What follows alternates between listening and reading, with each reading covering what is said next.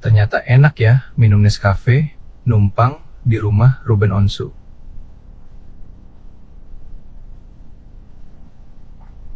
Tapi masalah yang pesugihan itu, kamu beneran pesugihan kah? Maaf ya, saya maksudnya gue harus objektif sekali gitu. Maaf, saya minta maaf sekali. Nggak, maaf kalau aku senyum karena aku syuting kok di situ. Syuting. Aku syuting program KBP The Lost World. Ada videonya. Program di Assalamualaikum WRWB teman-teman, selamat datang kembali di channel Kabar Burung. Semoga semuanya dalam keadaan sehat dan bahagia ya. Hari ini ada kabar yang sedang ramai diperbincangkan dan mengundang banyak perhatian netizen, yaitu Sarwenda yang kembali menjadi sorotan setelah muncul tudingan dirinya dikaitkan dengan isu pesugihan di Gunung Kawi. Di tengah ramainya perdebatan, kini muncul penjelasan langsung mengenai kronologi kunjungannya, sekaligus memicu beragam tanggapan dari publik di media sosial. Seperti biasa, kita akan melihat bersama apa yang sebenarnya terjadi, bagaimana kronologinya, dan seperti apa reaksi publik yang bermunculan di media sosial. Yuk langsung saja kita simak bersama videonya sampai selesai. Ini dia. YouTube. Program di YouTube dan waktu itu pada saat COVID, jadi dijualnya tuh di online kok. Oke. Tiketan gitu, jadi kalau mau beli, mau nonton harus beli gitu. Itu kamu yang punya program atau? Bukan, beliau yang punya program, aku syutingnya juga sama Jordi juga gitu. Terus emang lagi ke Gunung Kawi itu? Emang dia tuh ada rute Malang, berapa kota lah. Nah aku dapatnya yang di Gunung Kawi diaturnya, karena kan ya kita sebagai artis ya udah datang aja dong, karena kan itu syuting horor gitu. Jadi aku ke situ ya emang syuting horor, bukannya berita-berita di luar sana itu sama sekali tidak benar. Kalau di situ kamu memang ada melakukan ritual-ritual nggak pas syuting itu? Jadi pas datang kita disuruh kayak matur nuhun lah. Oh, kayak izin ya? Izin. Jadi ada adat di situ yang harus dia lakukan, harus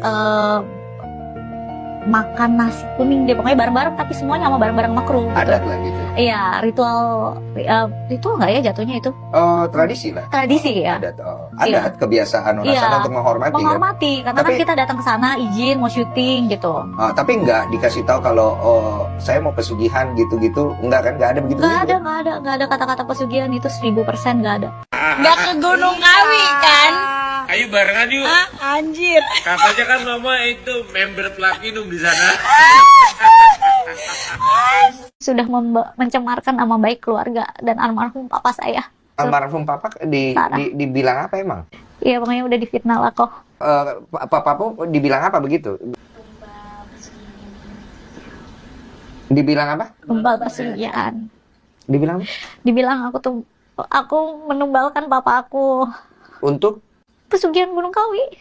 Oh, jadi kamu dibilang menumbalkan papamu untuk pesugihan Gunung Kawi. Betul. Aku dikata-katain dengan bahasa yang tidak pantas. Apa itu? Lah, emang Cindo kan emang pasti diri gitu kayak. Mami aku sedih lah, anaknya yang dia didik, dia sayang baik-baik.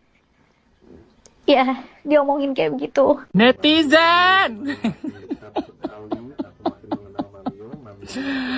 Ada yang udah live nih, tapi di eksklusif. Wow, pertanda bulan besok berapa? Bulan 8. Berarti pertanda 888. Coba kita lihat. Aku dan Mamio ini hubungannya makin dekat sekali. Aku makin mengenal Mamio, Mamio juga makin mengenal aku. Kita saling sayang each other. Aduh, Mamio tuh terus dikit-dikit cariin aku terus gitu, saking sayangnya banget sama aku gitu. Jadi ya udah gitu ya, makin sayangnya. Hah? Iya, aku nyariin kamu juga.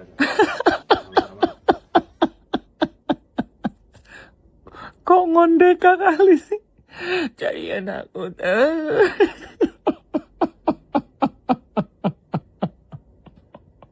Ada netizen. Itu Sarwenda dikabarkan pergi ke Gunung Kawi, minta pesugihan. Pesugihan Aku minta uang, katanya, kaya, minta harta. pelaris, minta kaya, minta uang, minta dolar, minta emas, minta berlian, pergi ke Gunung Kawi. Temennya bayi dong. Oh, bagus nih. Jadi kamu enggak. Apa tadi? Sebenarnya mah musuh Wenda tuh bukan netizen, bukan siapapun, tapi musuhnya adalah jejak digital yang mulutnya tidak sesuai dengan tingkah lakunya. Ya kan Wenda, ya? Wenda berkata, jangan terus di-framing. Kasihan anak-anak sambil berusaha mengeluarkan air mata dengan sekuat tenaga. Wenda, emang anak-anak lu gak kasihan? Lihat bapaknya lu hina-hina. Bahkan lagi siaran langsung, lagi live, lagi jualan bersama laki lu kata-katain itu bapak anak-anak. Lu gak mikir ke sana, Wenda? Kami seluruh netizen dan masyarakat memberikan penghargaan kepada netizen, ini adalah perwakilannya ya, yang suka menghujat sampai tidak punya hati nurani, jatuhnya fitnah. Jatuh kepada tungguin ya. 1. Wara Koko, si perempuan ular. Inilah salah satunya ya. Kedua, psikolog, ngakunya psikolog padahal psikopat. Inilah dia. 3. Tena Markisa. Nenek kempot ya. Ini juga salah satu ular ya. Ular juga ini. 4.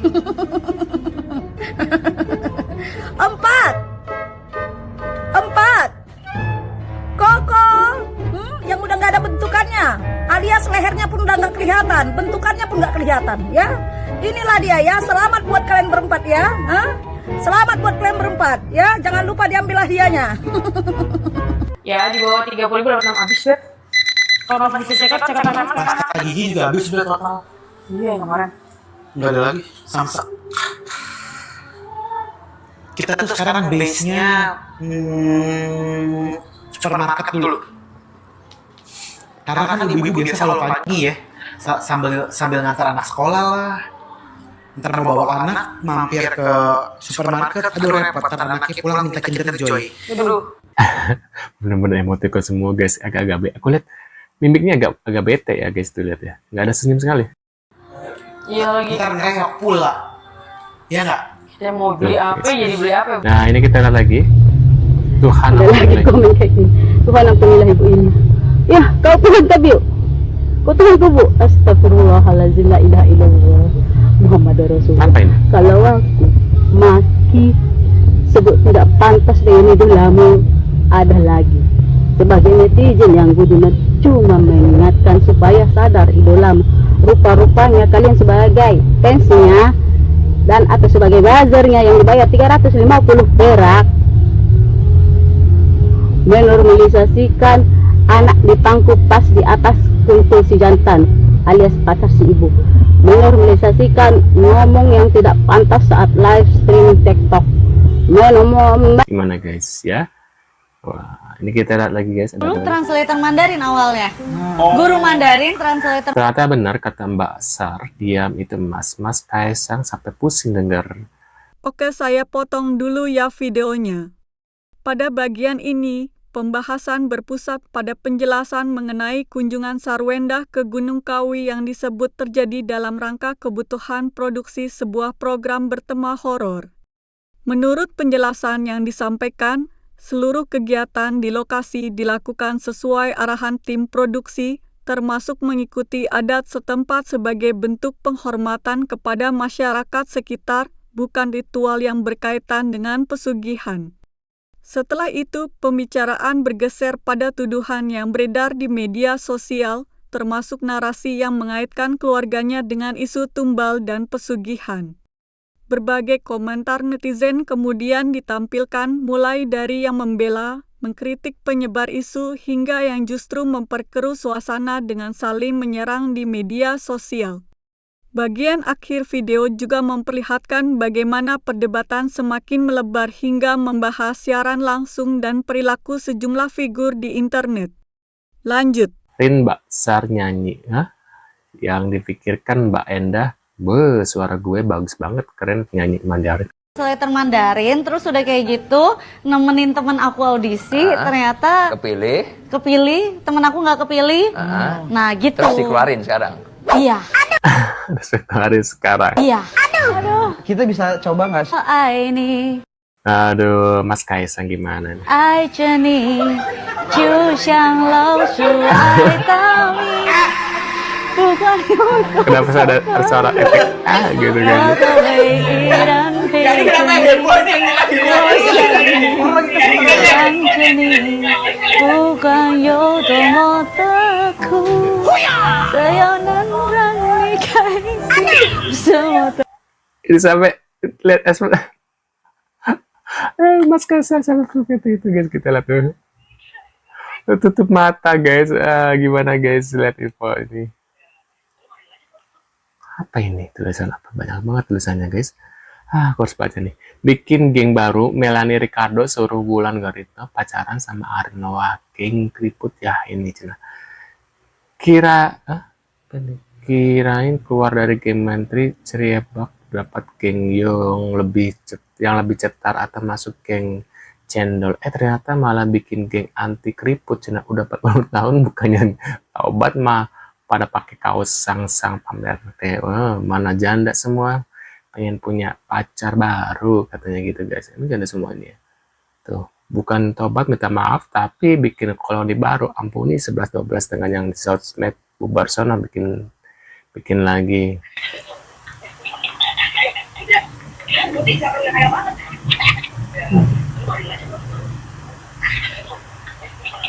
Gimana guys? Kadang bingung ya. Orang yang memfitnah Sarwenda, orang yang membuli Sarwenda, orang yang menghujat Sarwenda, kalau aku lihat rata-rata profilnya astaga banget loh, bukan menghina ya tanda kutip. Tapi mbok ya maksud aku ya berkaca dulu, lihat bentukan dulu, baru bisa menghujat orang. Kalau kita aja nggak lebih baik, nggak lebih sempurna dari orang yang kita hujat, lebih baik silence, malu-maluin aja. Apa mau saya kirimin kaca itu di rumahnya masing-masing, biar pada ngaca. Gimana guys? Belum bisa move on dari momen ini. Mami bikin haru cina katanya. Nah ini kita lagi. Lu mah anak-anak ngomong yang ngebeliin tiket Blackpink siapa dah? Siapa yang ngebeliin? Coba dah ngaku.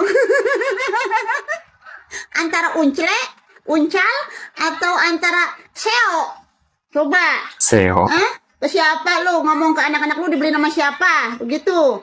Ternyata kan pada faktanya warga, ternyata sang ayah tercinta yang ngebeliin itu tiket Blackpink untuk anaknya tercinta ini mendapatkan posisi yang terbaik.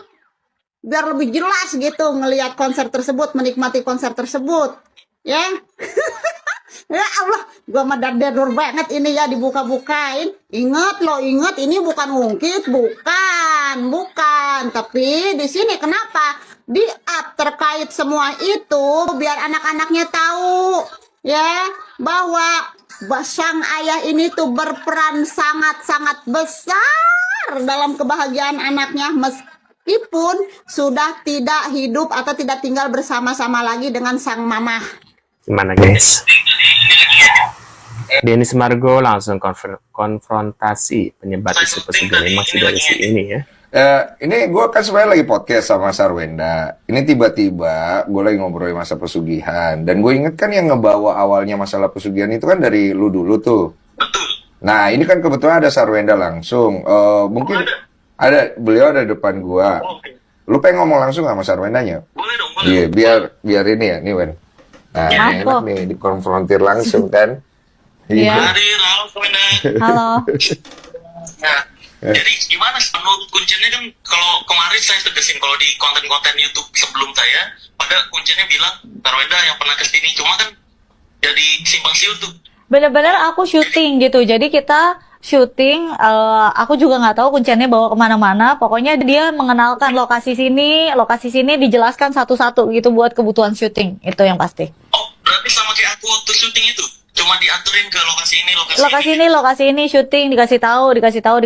Ya udah, itu juga semuanya sebenarnya ada tayangannya gitu. Udah setelah itu saya nggak pernah ke situ lagi sama sekali. Sonali nggak ada gitu. Saya tanya Jordi pun nggak ada. Di YouTube-nya ada? Di YouTube-nya nggak ada karena itu tiket berbayar. Tapi The Lost World. Tapi ini apa? Ada fans-fans yang ngirimin aku bukti-bukti. Waktu itu aku juga sempat posting sebenarnya. Gitu. Jadi kayak ada teaser kan. Nah teaser itu kan ada di medsosnya. Nah teasernya ada. Oke, berarti Tuh, harusnya sih yang bikin program itu ya, klarifikasi, termasuk jejak backpacker ya. Ini kan jejak backpacker dan banyak banget ya channel-channel yang membahas pesugihan yang ada sangkut pautnya dengan beliau ya, Bu Sarwenda, yang disangkut pautkan gitu guys ya, bahwasanya beliau melakukan hal-hal seperti itu kan di pesugihan gitu kan. Nah itu harusnya para channel-channel ini dah yang harusnya dilaporkan, cuma kan karena nggak menyebutkan nama ya, tapi kan itu benar-benar parah sih menurut aku guys ya. Nah, menurut kalian gimana guys terkait infonya ini? Mungkin kalian percaya dengan apa yang udah dikatakan sama Ibu Sarwenda ini, bahwasanya beliau ke sana bukan untuk melakukan pesugihan, tapi hanya untuk konten semata gitu kan, ya.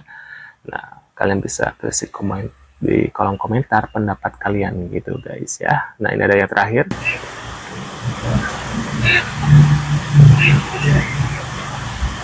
Sarwenda kesal dapat harta gonok ini bermasalah. Ruben Onsu, dia yang milih kok katanya gitu guys ya.